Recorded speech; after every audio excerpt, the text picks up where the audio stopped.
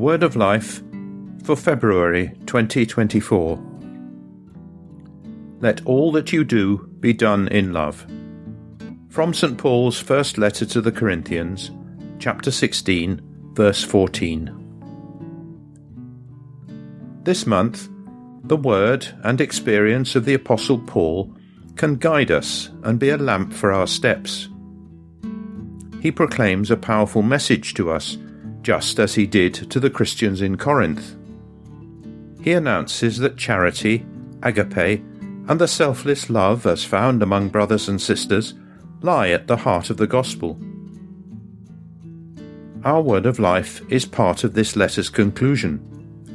It frequently refers to the importance of charity and explains it in all its nuances. It is patient, benevolent, loves truth, and does not seek its own interests. Mutual love lived out in this way in the Christian community is balm for the divisions that always threaten it and is a sign of hope for all humanity. Let all that you do be done in love. It is striking that in the Greek text, Paul exhorts us to act as a consequence of being in love, as if to direct us towards a permanent state of being, a dwelling in God who is love. For how can we welcome each other? How can we be open towards each person we meet if we do not acknowledge that God took the initiative in loving us just as we are, complete with our frailties and failures? A renewed awareness of God's love enables us to have no fear in being open to others, discerning their needs, and standing alongside them, sharing material and spiritual resources. Let's look at how Jesus did this, as he is our model. He was always the first to give. Health to the sick, forgiveness to sinners, life to us all. He contrasted a selfish instinct to hoard with an attitude of generosity.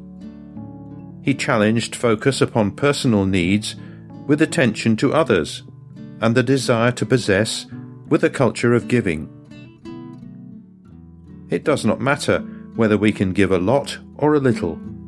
What matters is how we give, how much love we put into even the smallest things we do for another person. Love is essential because it knows how to approach others, even if all we have to offer is our availability to listen or to serve. How important it is to try to be love beside each person. It is the most direct way to enter their hearts and raise their spirits. Let all that you do be done in love. This word teaches us to approach others with respect, without falsehood, with creativity, making room for their best aspirations, so that each person can make a contribution to the common good. It helps us to value all the practical aspects of daily life, from household tasks, work in industrial units or on the land, duties in an office or school, to civil, religious, and political responsibilities we may undertake. Everything can be transformed into attentive and caring service. Let's imagine a series of images showing simple gestures inspired by the gospel. Here are two examples. Two parents write, "When a very distressed neighbour told us that her son was in prison, we agreed to visit him.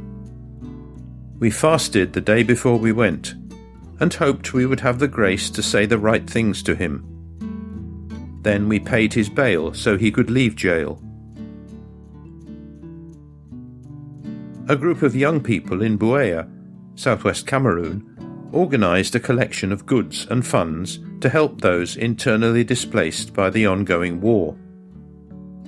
They visited a man who had lost an arm while fleeing from his home. Living with this disability was extremely challenging and had a serious impact upon his life. Regina said, He told us that our visit gave him hope, joy, and confidence.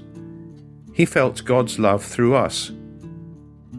Marita added, "After this experience, I am convinced that nothing is too small if done with love.